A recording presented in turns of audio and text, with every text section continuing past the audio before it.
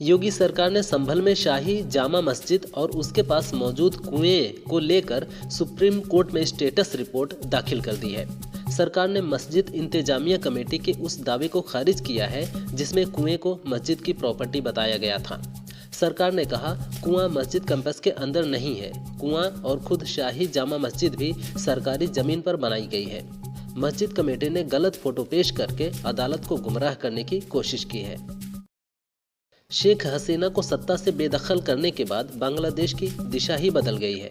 बांग्लादेश ने अब पाकिस्तान के साथ सीधे कारोबार शुरू कर दिया है, जबकि भारत के साथ व्यापारिक संबंधों में कमी आई है। 1971 में बांग्लादेश के जन्म के बाद से ऐसा पहली बार हो रहा है जब पाकिस्तान से सरकारी मंजूरी वाला माल बांग्लादेश रवाना हुआ है। यह कार्गो शिप कराची के कासिम पोर्ट से रवाना हुआ है। आरएसएस प्रमुख मोहन भागवत ने स्वयं सेवकों से जाति, पंथ, क्षेत्र और भाषा की परवाह किए बिना विभिन्न समूहों के बीच मित्रता बढ़ाने की अपील की है। उन्होंने कहा, सभी हिंदुओं को आपसी सम्मान और सहयोग के माध्यम से समान मंदिरों, शमशानों और पानी को साझा करना चाहिए। साथ ही उन्होंने मातृभाषा को प्राथमिकता देने की अपील की है। भागवत के बयान पर आप नेता संजय सिंह ने कहा, ऐसे बयानों से नफरत फैलता है। बिहार के भागलपुर में एक कार्यक्रम के दौरान प्रधानमंत्री नरेंद्र मोदी ने किसान सम्मान निधि योजना के तहत 19वीं किश्त जारी कर दी है। पीएम ने 9.8 करोड़ किसानों के बैंक खातों में कुल 22,000 करोड़ रुपए ट्रांसफर किए हैं। इस योजना के तहत किसानों को हर साल 6,000 रुपए दिए जाते हैं। ये राशि हर 4 महीने में 2-2 हज़ार रुपए की किस्त के रूप में दी जाती है। दिल्ली के पूर्व सीएम अरविंद केजरीवाल ने दिल्ली की नई भाजपा सरकार पर निशाना साधा है। उन्होंने एक्स पर लिखा, दिल्ली की नई बीजेपी सरकार ने बाबा साहेब की फोटो हटाकर प्रधानमंत्री मोदी जी की फोटो लगा दी है। ये सही नहीं है। इससे बाबा साहेब के करोड़ों अनुयायियों को ठेस पहुंची है। मेरी बीजेपी से प्रार्थना है कि आप प्रधानमंत्री जी की फोटो लगा लीजिए, लेकिन बाबा साहेब की फोटो तो मत हटाइए। विधानसभा नेता प्रतिपक्ष माता प्रसाद पांडे ने पूछा, कुंभ में मौनी अमावस्या पर दुर्घटना क्यों हुई? 2022 के संकल्प पत्र में कहा गया था कि महाकुंभ का आयोजन विश्व स्तरीय सुविधाओं के साथ करेंगे। आपने कोशिश की, लेकिन जो सुविधा होनी थी वो नहीं हो पाई। रास्ते में एक्सीडेंट, जाम को कम किया जा सकता था। इसे इवेंट बनाया गया, ये ठीक नहीं था। ये कुंभ सबके लिए था, पर एक जाति विशेष के लिए सीएम ने मना कर दिया।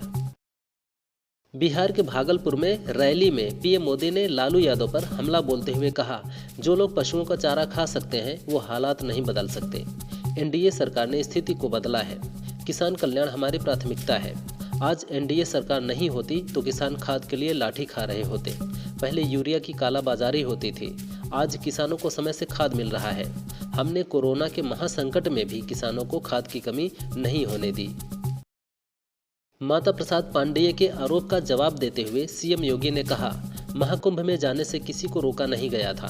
मैंने कहा था कि सद्भावना से कोई भी जा सकता है। हमने आपकी तरह आस्था से खिलवाड़ नहीं किया। आपके समय सीएम को फुर्सत नहीं थी कि वे उसकी व्यवस्था देख सकें। उन्होंने एक असनातनी को उसकी अव्यवस्था का जिम्मा दिया था। यही कारण है कि उस कुंभ में अव्यवस्था मिली। तब मॉरिशस के पीएम ने नहाने से मना कर दिया था। सीएम कार्यालय से बाबा साहेब और भगत सिंह की तस्वीरें हटाने के आतिशी के आरोप पर दिल्ली की नई सीएम रेखा गुप्ता ने प्रतिक्रिया दी है। उन्होंने कहा, यह बाबा साहेब अंबेडकर और शहीद भगत सिंह के पीछे अपने भ्रष्टाचार और कुकर्मों को छिपाने की उनकी रणनीति है। यह कमरा दिल्ली के सीएम का है और सरकार के मुखिया के रूप में हमने पीएम को जगह दी है। आतिशी को जवाब देना मेरा काम नहीं है। मैं लोगों के प्रति जवाबदेह हूँ। सीएम योगी ने कहा कि यह भारत के संविधान का अमृत महोत्सव वर्ष है।